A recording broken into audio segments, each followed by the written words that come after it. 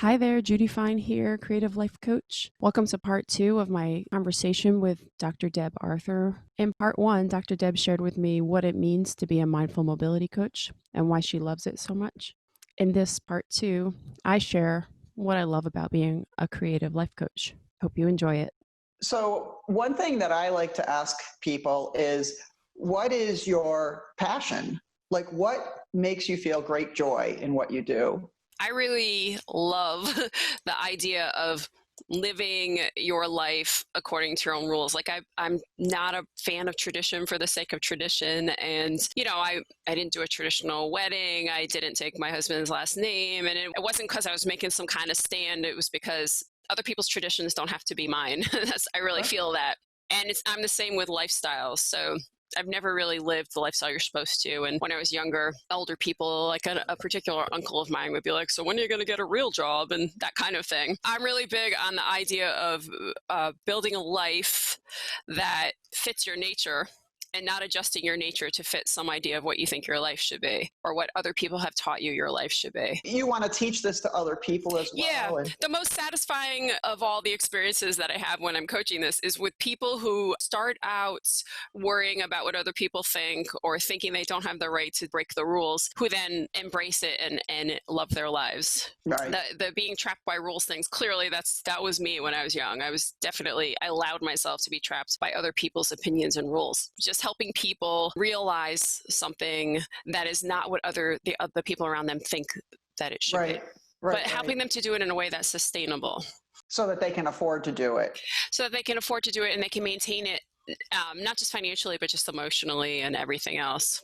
What are some of the questions you might ask somebody in order to find out what it is they want to do other than what they've been told they should be doing? Yeah, that's something that takes some time because even if people think they know the answer, they don't necessarily know. Like, you don't know until you do something if it's going to work for you. So we usually get to the feelings that they want, right? Every time we want something, it's not really the thing, it's the feeling or feelings that we think that thing will bring to us. I try to focus on the feelings and then say, what are some other ways that you could get these feelings? And then really try to explore everything. And that takes a little time. So a lot of times when people are interested in coaching, they're like, can you fix me by Wednesday?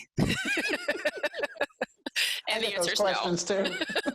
Totally. So yeah, it's about the feelings because it's not that there's one thing that's going to make you happy. There's not one answer almost to anything, other than like 2 + 2. Yeah. That's it. And some other math equations, but yeah. So it's good to really explore all the different things. So one method people use is they have you map out an entire, like, if everything went perfectly, here's how it would go, and you just map out like the next 5 years of your life. And then you say, okay, none of that's an option. What's another thing you could do? Just to force people to think out different options. Because that was already their plan before they came to see you. That's what they were usually there's imagining. An idea. Usually people have an idea of what they think they want, but you don't know until you try things. So you have to do things to test things out, to test lifestyles out. And you don't just decide you want to live in an RV and go live in an RV. You need to spend some time in an RV and decide whether or not it's what you think it is. Right. So you're helping people to understand what would be their best life by looking at their feelings. Do you also draw into that sort of the creative arts and because you are a music teacher so creativity comes in all the time, for sure. Sometimes sometimes creative people just need the time and space and resources to be creative, and the creative project changes as time goes by. So it's just about having space for that. And sometimes that involves, relationship coaching, because maybe there's a spouse or children that have to be managed in a way so that that space and time you can hold it. A lot of times people will reach out to me because they're really frustrated or unhappy and they really want to pursue this musical thing, or they really want to pursue this lifestyle, but they have chaos in the present. So sometimes that has to be put off and we have to fix now. I just this past week helped someone who was already committed to long-term coaching, but the very first thing we had to take care of was she had to have this really difficult conversation with a parent. You can't do anything else until you stabilize the now. Right. And that can be your finances, that can be your living situation, that, that could be a difficult conversation with a parent, whatever. Right. So what I like about what you're saying is that we want to work towards our dream and live our true joy and live in our passion, but we can't ignore the things that are bothering us right now. Exactly. We have to be honest about it and go into those places. Exactly. And a lot of times for creative people, it has to do with finances, because there's this idea that if you're going to be a creative person, you're just going to be poor all the time anyway. And so finances tend to be ignored, or this is the idea if I look at the finances, then I'm going to have to not be creative. Right. So I better just ignore it. So a lot of times it's like, yeah, you want to make money gigging, but right now you need to go get a job at Target so that we can organize this and you can become somebody who makes money gigging, but whatever that is. Right. So you have some kind of foundation. Exactly. Before you, and then add your dream on. And then you dream on. Yeah. That's cool. Yeah. That's good stuff. Another topic that you've talked about before is stage fright. Mm-hmm. And does that play into what you're talking about as well? Yeah, because stage fright tends to creep into other areas of life. It's performance anxiety. It's not just stage fright. Okay. So generally people who have performance anxiety on stage also have trouble speaking their mind in front of certain people, and have trouble asking for a raise, and have trouble asking someone on a date, or whatever it is, whatever the performance is. So that's kinds of things that I do to help singers work through performance anxiety are the same things I do to help people be more confident in life situations. It's the same exact What do you think the number one thing is that people are afraid of when we say performance anxiety? What are some of the top things stop people? What are they afraid of? It's definitely, it's that whole being kicked out of the tribe thing from our genetics. And it's strong in people who are encouraged or who believe on some level that they have a great talent. The pressure is higher. Some really famous people struggle with performance anxiety, and people say, well, but you're famous. Like, why are you still scared? And that's because the more famous you get, the more you have to lose if something goes awry. And that's just it's a really deep fear of failure. Absolutely. And it's genetic. A lot of times parents will bring like a teenager to me for singing lessons, and they'll say, I don't know what happened. She used to sing all over the house. People would come visit, strangers. She'd say, hey, can I sing for you? And now she's afraid to sing in front of anybody. And that's because she passed the I hate to say this, it sounds so lacking feeling, but she passed the baby breeding stage, and her genes are now worried about being kicked out of the tribe. Mm-hmm, mm-hmm. It's interesting.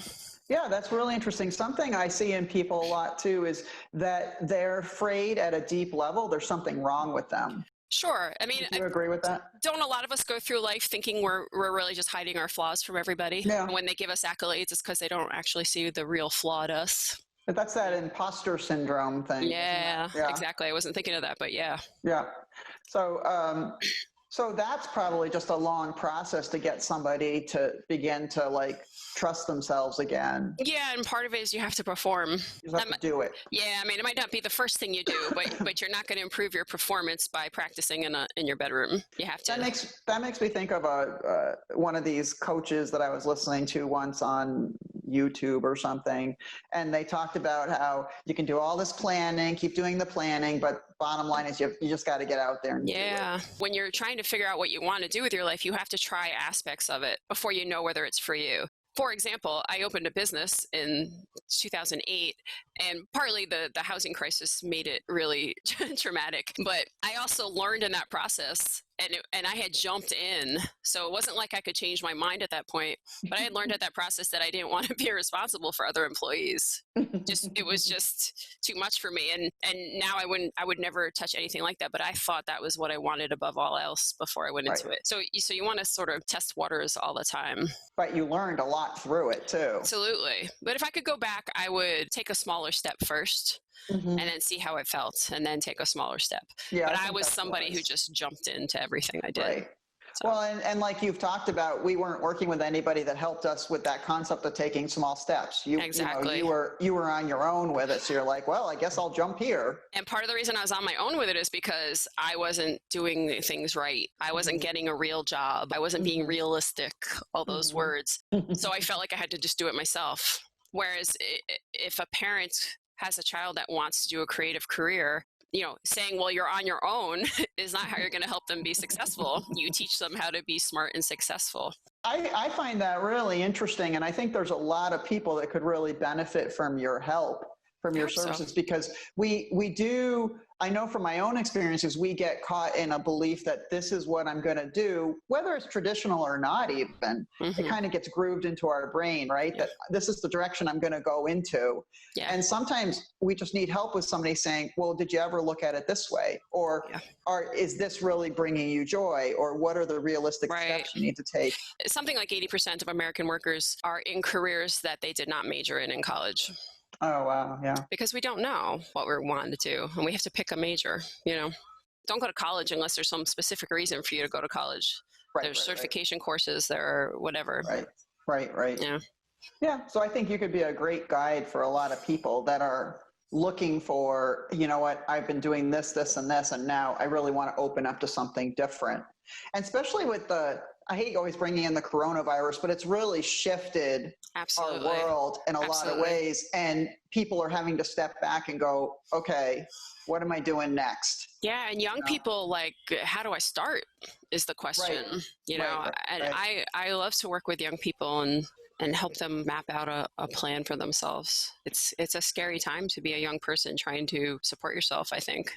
Absolutely. Yeah. Absolutely. Well, thank you, Judy. Thank you, Deb. Thank you for checking out part 2 of my conversation with Dr. Deb Arthur, Mindful Mobility Coach. This is Judy Fine, Creative Life Coach, signing off. We'll see you another day. Be well.